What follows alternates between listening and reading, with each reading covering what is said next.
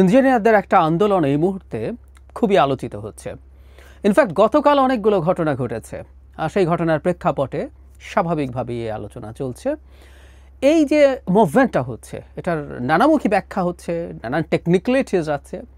Graduate ইঞ্জিনিয়াররা কি বা ডিপ্লোমা যারা আছেন তাদেরকে আদৌ ইঞ্জিনিয়ার বলা হবে কিনা সেসব প্রশ্ন আছে, প্লাস কার জায়গা কোনটা এসব নিয়ে খুবই টেকনিক্যাল আলোচনা চলছে। চলুক, খুবই গুরুত্বপূর্ণ। কিন্তু আমি এর খুবই গুরুত্বপূর্ণ একটা দিক নিয়ে কথা বলতে চাই এই ভিডিওর পরের অংশে। এটাই প্রধান আলোচনার বিষয়। তার আগে তাদের আন্দোলনকে ঘিরে যা যা ঘটলো সেটা নিয়ে কয়েকটা কথা বলা দরকার। এর আগের দিনও, গতকালের আগের দিনও তারা শাহবাগ মোড় অবরোধ করেছিলেন, এবং এই যে অবরোধ করার প্রবণতা, এটা খুবই বাজে। কিছু হলে শাহবাগ অবরোধ করতে হবে, এটা এই সরকারের সময় হয়েছে। এবং একটা হিসাব আছে, ১,৫০০-এর মতো সম্ভবত এই ধরনের মুভমেন্ট হয়েছে, যে কেউ চাইলেই রাস্তা বন্ধ করে দিতে পারে। যদিও এনারা যে বন্ধ করেছেন সেটার পেছনে তারা যে কারণ দেখাচ্ছেন, এটাও আমাদের জন্য খুবই সতর্কতার ব্যাপার। তারপর গতকাল তারা যমুনা অভিমুখে, প্রধান উপদেষ্টার কার্যালয় অভিমুখে রওনা হয়েছিলেন, এবং তাদের উপরে পুলিশ ছত্রভঙ্গ করার জন্য বল প্রয়োগ করেছে। এখানে একটু বলে রাখা ভালো, ১৪৪ ধারা ওই অঞ্চলে থাকাকালীন সময়, এটা সবসময় ওখানে থাকে। যেন হাসরাত আবদুল্লাহ আবার যখন গেছেন আওয়ামী লীগ নিষিদ্ধের দাবিতে, তখন কিন্তু পুলিশ এভাবে অ্যাকশনে যায়নি, কিন্তু গতকাল গেল। এবং আমি প্রায় বলি, একটা রাষ্ট্রের পুলিশ বাহিনী থাকে বল প্রয়োগের জন্য, কোনো সন্দেহ নেই, বল প্রয়োগ করতে হবে প্রয়োজনে।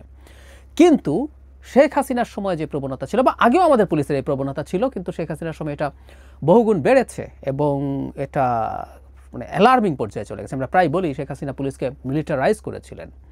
সেটা হচ্ছে ডিসপ্রপোর্শনেট বল প্রয়োগ করা। গতকাল ডিসপ্রপোর্শনেট বল প্রয়োগ করা হয়েছে। যারা আন্দোলনকারী স্টুডেন্টস আছেন তাদের উপরে মারাত্মক রকম হামলা করা হয়েছে। এটা কোনোভাবে প্রয়োজনীয় ছিল বলে আমি মনে করি না। সুতরাং পুলিশকে এই জিনিসটায় অভ্যস্ত হতে হবে, কিভাবে ন্যূনতম বল প্রয়োগের মাধ্যমে সে তার কাজ শেষ করতে পারে। এর মধ্যে আসার ব্যাপার আছে, যে এটাও খুবই সুন্দর।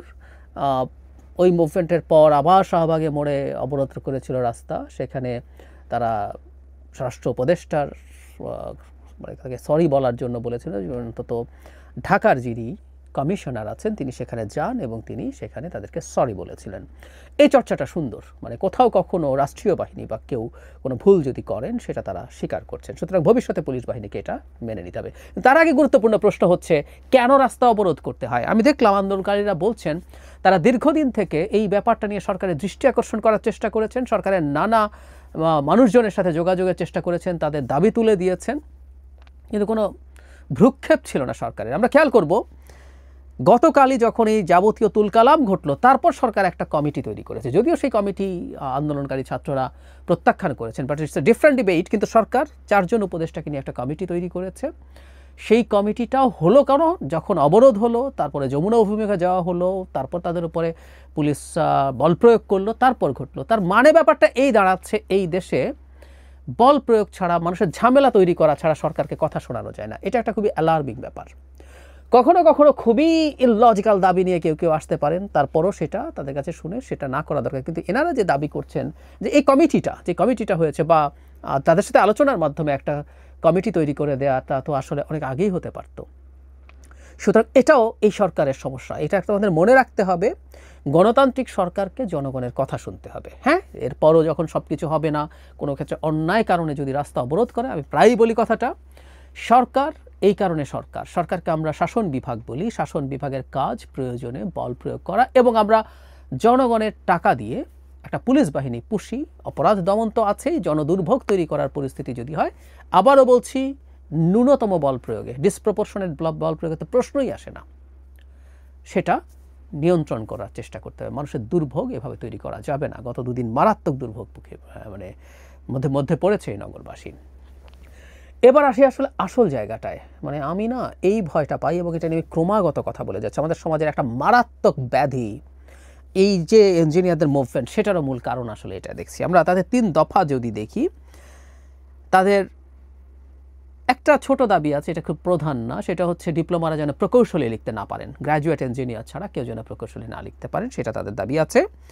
কিন্তু মূল দুটো দাবি হচ্ছে, সহকারী প্রকৌশলী মানে নবম গ্রেডের যে পদ আছে, এটা 33% ডিপ্লোমাদের জন্য নির্ধারিত আছে। এটা সম্পূর্ণভাবে এক্সক্লুসিভলি গ্র্যাজুয়েট ইঞ্জিনিয়ারদের জন্য করতে বলা হচ্ছে, মানে এখানে ডিপ্লোমারা কোনো রকম কোনো সুযোগ পাবে না।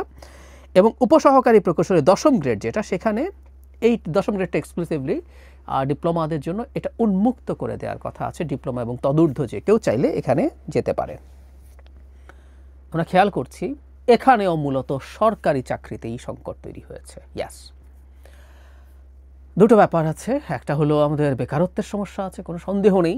আমাদের ইঞ্জিনিয়াররা খুব ভালো চাকরি পাচ্ছে না। আমরা খোঁজ নিলে দেখব প্রচুর ইঞ্জিনিয়ার বিভিন্ন জায়গায় ব্যাংকে চাকরি করার চেষ্টা করছেন, MBA করছেন, করে ব্যাংকে যাচ্ছেন, মাল্টিন্যাশনাল অন্যান্য কোম্পানিতে যাচ্ছেন, দেশীয় কোম্পানিতে যাচ্ছেন, যেটা ইভেন ইঞ্জিনিয়ারিং রিলেটেড না। তারা ফিনান্সের জব করছেন, মার্কেটিংয়ের জব করছেন, আছে এরকম প্রচুর আছে। এবং ব্যাংকগুলোতে তো ইভেন বিজনেস ডিগ্রি ছাড়াও ইঞ্জিনিয়াররা এক্সক্লুসিভলি চাকরি পেতে পারেন পরীক্ষা যদি তারা ভালো করেন। তো তারা এইসব জায়গায় যাচ্ছেন, তাদের চাকরির সংকট আছে, এটা একটা দিক। এবং আমি দেখলাম অনেকেই বলছেন যে এই দেশে অনেক ইঞ্জিনিয়ার থাকছেন না কারণ তাদের চাকরি নেই। আমি দ্বিতীয় যে দুটো ব্যাপার বলেছি, একটা হলো চাকরির অভাব তো আছে, দ্বিতীয় হচ্ছে চাকরি যদি যথেষ্ট থাকতো আমি ধারণা করি এই সরকারি চাকরিগুলোতে যাওয়ার জন্য তাদের সিরিয়াস আগ্রহ থাকতো। আমি এটাকে একটা মারাত্মক ব্যাধি বলে মনে করি। আমাদের সরকারি চাকরির ইনসেন্টিভ এত বেশি, আর কোনো কিছুতে কাউকে ধরে রাখা যায় না। ইভেন এই গ্র্যাজুয়েট ইঞ্জিনিয়াররাই ইনক্রিজিংলি BCSে চাকরির জন্য যাচ্ছেন, যেখানে তারা তাদের বিষয় না, তাদেরও কিছু চাকরির জায়গা আছে, তার বাইরে তারা পুলিশ, প্রশাসন, ট্যাক্স ইত্যাদি ইত্যাদি ক্যাডারে যাওয়ার জন্য পাগল হয়ে বসে থাকেন। এগুলো কেন যেতে চান আমরা ধারণা করতে পারি। হ্যাঁ, কিছু সরকারি ফ্যাসিলিটিস ওই জায়গাগুলোতে বেশি আছে, কোনো সন্দেহ নাই, কিন্তু ওগুলোতে নানা রকম অবৈধ উপার্জনের সুযোগ আছে। আমি ঢালাভাবে বলছি না, কিন্তু বিরাট একটা অংশ আসলে চাকরিগুলোতে যেতে চান কারণ ওগুলোতে ওই ধরনের সুযোগ আছে। একই কথা প্রযোজ্য সরকারি যে ইঞ্জিনিয়ারিংয়ের চাকরি আছে সেগুলোর ক্ষেত্রেও। সুতরাং এই চাকরিগুলোতে কে যাবে যাবে না এটা নিয়ে মূল সংঘাতটা তৈরি হয়েছে। আমি আবারও বলছি, আমি সরি এভাবে বলার জন্য, যদি ধরে নেই আমাদের বেসরকারি সেক্টরেও প্রচুর ইঞ্জিনিয়ারের চাকরি হচ্ছে গ্র্যাজুয়েট ইঞ্জিনিয়ারদের জন্য বা ডিপ্লোমাদের জন্য, কিন্তু সরকারি চাকরিগুলোর জন্য তারা বসে থাকবেন শুধু বেতনের জন্য না। মোটা দাগে প্রায় সবাই বলছি না, মোটা দাগে বেশিরভাগ, আমার ধারণা ইটস মোর দ্যান 50%, নিশ্চিত নয় কিন্তু আমি ধারণা করি। কারণ আমরা তো দেখি, আমরা আমাদের সেবার জন্য যাই, আমাদের পরিচিত মানুষজন এসব জায়গায় থাকে।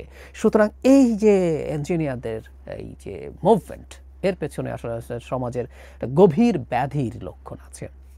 আমি প্রায় বলি, আমি এটা নিয়ে লেখালেখি করেছি, বলেছি যে আমাদের সমাজে এখন দারিদ্রটা বরং একটা মানে অসম্মানের মনে করি। আমরা গরিব, আমাদের টাকা নেই, যথেষ্ট টাকা নেই, এটা আমরা লুকাতে চাই। আমাদের এখানে করাপশনের আর কোনো প্রবলেম নেই। কেউ একজন একটা এই ধরনের জবে ঢুকলো, খুব অল্প সময়ের মধ্যে অনেক সম্পদ তৈরি করে ফেললো, দামি গাড়ি চড়েন, বড় ফ্ল্যাটে থাকেন, কেউ আমরা প্রশ্ন করি না। যিনি জাস্ট ভোগ করতে পারেন আমরা তার কাছে মনে করি তিনি সফল। এবং খুবই দুঃখজনক, বাট ইটস ফ্যাক্ট, আমাদের পরিবারগুলো বসে আছে, তাদের সন্তানরা এই ধরনের চাকরিতে যাবেন এবং এভাবে তারা বেসুমার উপার্জন করবেন, তাতে কারো কিছু আসে যায় না। এই যে একটা মারাত্মক পরিস্থিতি আমাদের সমাজে তৈরি হয়েছে, এটা আসলে কালচারের অংশ হয়ে গেছে। ফলে একটা সরকার কতটা কি পারবে, কত সহজে পারবে, এই প্রশ্ন আসলে উঠে গেছে। এবং এই পরিস্থিতি সবচেয়ে বিভৎস আকার ধারণ করেছে গত 15 বছর। এর আগেও আমাদের সংকট ছিল, আমাদের কারাপশন ছিল, আমাদের কারাপশনের এক ধরনের অ্যাকসেপ্টেন্স ছিল, কিন্তু সমাজে যে এটা একেবারে সর্বগ্রাসী হয়ে গেছে এবং সমাজ যে এটা এখন পুরোপুরি অ্যাকসেপ্ট করে নিয়েছে, এটা গত 15 বছর হয়েছে। কারণ এই লেভেলের কারাপশন বাংলাদেশের ইতিহাসে আর কখনো ছিল না। ফলে এই সরকারি চাকরির প্রতি এত উন্মাদ হয়ে থাকা, এত ক্রেজি হয়ে থাকা, এগুলো আমাদের নৈতিকতারও একটা মানে সম্পর্কে একটা নেগেটিভ পারসেপশন দেয়। আর আমি আবারও বলছি, আমি এটা অস্বীকার করছি না, কোনোভাবেই বলছি না যে সবাই করাপ্ট হতে চান, তাদের একটা বিরাট অংশ বিভিন্ন জায়গায় চাকরি পান না। সুতরাং সরকারি যে জব ওপেনিংগুলো আছে সেগুলোর জন্য তারা ফাইট করতে চান, সেটাও আছে। বেকারত্ব একটা মেজর কারণ, কোনো সন্দেহ নেই। আমাদের প্রাইভেট সেক্টর শেখ হাসিনার সময়ে লুটপাটের সরকারের মধ্যে আসলে অর্থনীতি ভালো করার কথা না। জিডিপির যে একটা গ্রোথ দেখানো হতো, জিডিপির যে আকার দেখানো হতো, এর মধ্যে চুরি ছিল মারাত্মক। আর যতটুকু হতো সরকার বেশ ব্যয়টায় করতো, সেগুলোর একটা বিরাট ইম্প্যাক্ট হয়তো ছিল। কিন্তু মোটা দাগে আমাদের কোনোভাবে ব্যবসা উপযোগী, যখন ব্যবসা মানে উপযোগী কোনো সরকার থাকবে না, যথেষ্ট ব্যবসা হবে না, তখন অনিবার্যভাবেই এই ধরনের ইঞ্জিনিয়ারদের চাকরির সুযোগও তৈরি হবে না। এটা তো আছেই, কিন্তু আবারও বলছি, আমাদের এই ব্যাপারটা নিয়ে ফাইট করা দরকার। আমাদের একটা মুভমেন্ট শুরু হওয়া দরকার এই রকম, যে একটা মানুষের আয় কি হওয়া দরকার, তার সাথে সে সামঞ্জস্যহীন ব্যয় যদি করে, জীবনযাপন যদি করে, সামাজিকভাবে প্রশ্ন ওঠা উচিত, প্রশ্ন তোলা উচিত।